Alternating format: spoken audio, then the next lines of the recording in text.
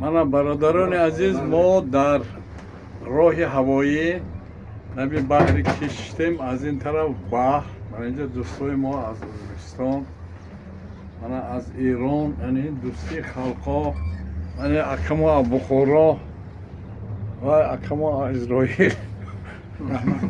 رحمت. من این شهر اینجا من تماشا کردن گیرید از بالا. من از ما دور ایستادیم. مسافه چند کیلومتر است؟ اینجا الان 15 دقیقه میریم، 15 دقیقه. حالا 10 کیلومتر با این سرعت 10.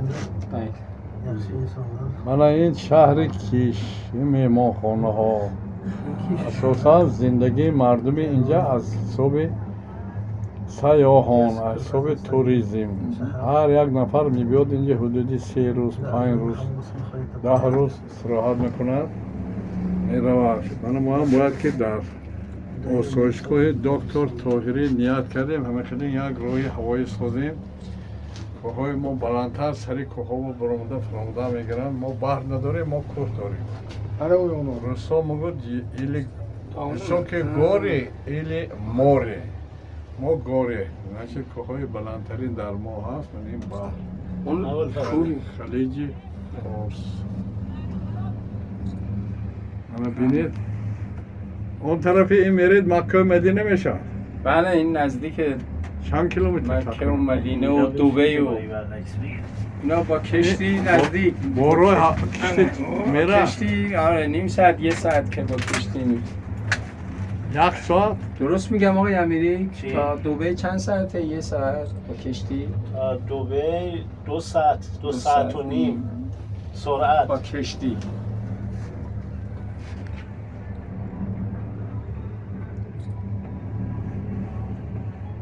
سوار موشکشی 2 ثانیه دکتر. اول فتیح یکم بیا جلوتر.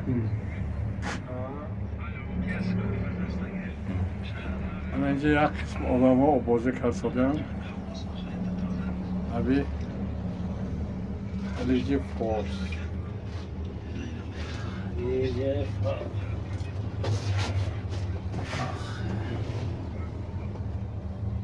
ولی این تلکابینه فکر خوبی بود برای اینجا و این آره سیستم اینا. اینا تلکابین میگون. ما راه هوایی میگن. راه هوایی تو خوجند هست. راه آبی هست، راه هوایی هست. راه هوایی با سمالیات، ورتالیات، با راکتا، راه آبی با اغلاقات، کشتی ها، راه زمینی با اسب، با خر، با ماشین. راهایی که باید مردم داند کدام راه خطی اینا خوبتر باشد بعد پیاده گردی. من ببینید پانو آدم ها پیاده رفته ایستاده است. دکتر راه علم از همه بهتره. راه علم بهترین علم در دنیا سالم بودن است. کلی بالاترین علم سالم است. هر یک آدمی که سالم است البته و فرقش نه عالم هست، وزیر هست، روحانی هست، باید که سالم باشد. سلامتی بهترین چیزی نایاب خدا هست که برای هر کس مهلت 100-150 سال عمر دادگی. این درس های درازمری باید با مردم دنیا تمامش آموزانیم.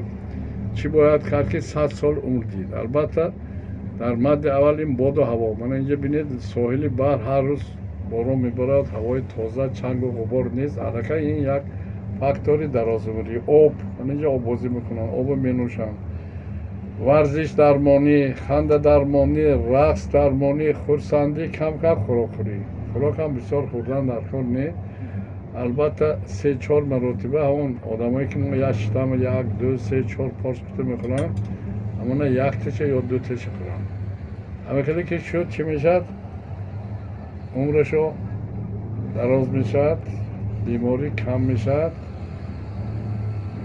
توریسم ترقی میکند، دوستی بین خلقها رفت اومد زیاد میشد. این است مرام ما اتفاق بین المللی نویسندگان و طبیبان. من امروز حدود 250 نفر از 9 کشوری دنیا اعضا هستند. سالهای نزدیک ممکن 1000 نفر شود و هر یک کشوری دنیا نمایندگیش در تشکیلات ما پیدا میکند و سیر و سیاحت هم یک طرز تبابت است و تمام کشورهای دنیا ما هر سال سفر میکنیم. سلامت باشید، سرساله شوید. امروز 14 دکبر سال 2025 شهر کیش ما در راه هوایی سیر و گشت کرده ایستادیم. این آدمایی که اینجا شدگی هر کدامشون میخوان 150 سال اون بینن. دعا کنید که اینا همشون 100 ساله 150 سالشون. الله اکبر. سلامت باشید.